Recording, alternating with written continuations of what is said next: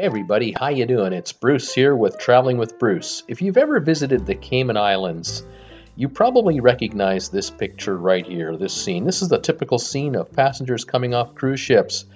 The island is visited by probably 1.7 million passengers a year from cruise ships alone, and the ships have to park just offshore and tender in the passengers on these little lifeboats. And the same for the reverse. There is no port facility to bring passengers into the islands. If you've flown into the Cayman Islands, this is the view you've probably seen from time to time out of the airplane. You can see the Serpent's Head there, that's just disappearing in the bottom of the corner of the picture there. And we're flying in over 7 Mile Beach, and here's another shot of the landing area. You can see the airline, the airport in the distance there, the straight runway. And this is final approach for jets coming in to the islands.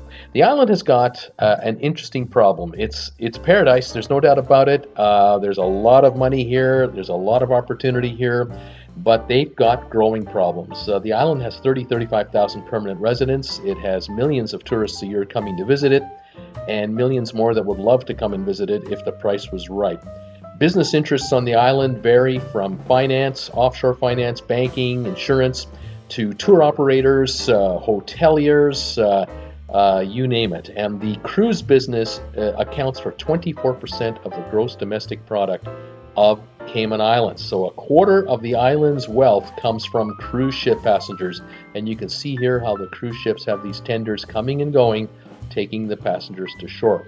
There's a movement afoot, and the government has been looking at building a brand new port facility. This is the existing port facility as it exists right now. But they want to build a brand new facility to accommodate cruise ships so they can tie up to a pier. And here's an example of what we're talking about. We're talking about a massive expansion of the port facility, and to handle the brand new Oasis class type cruise ships, 225,000 tons, 6,500 passengers each. And the island is looking at this as a solution to their dilemma with regards to how many passengers can they handle a year and how can they handle them. Again, this is what it looks like now. If the new pier is built, that ship out there will be connected to land right where it is. That's how far out the new port would go.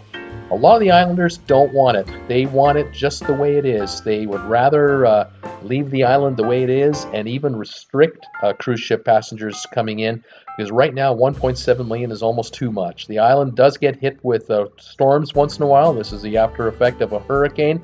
You can see the waves are quite strong. When you have high winds like that, you don't have these kinds of images. You can't have cruise ships tendering passengers. The government wants to allow freighters and passenger ships to be able to dock almost any time. Now, of course, in the middle of a hurricane, that won't happen, obviously, but there are days now on the island where there are winds from time to time that won't allow ships like these, container ships, to get into the port. And so if you have a larger port that's more sheltered, you can accommodate ships in rougher weather. But tourists are tourists. They're talking over 2 million a year, maybe 2.5 million a year with the new port facilities. The islanders are unhappy. The government's caught in the middle, what to do, what not to do.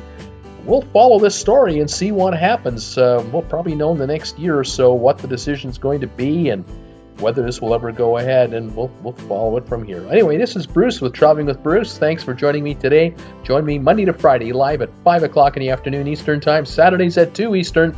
We talk cruise ships and cruise ship vacations every day. See you later. Bye for now.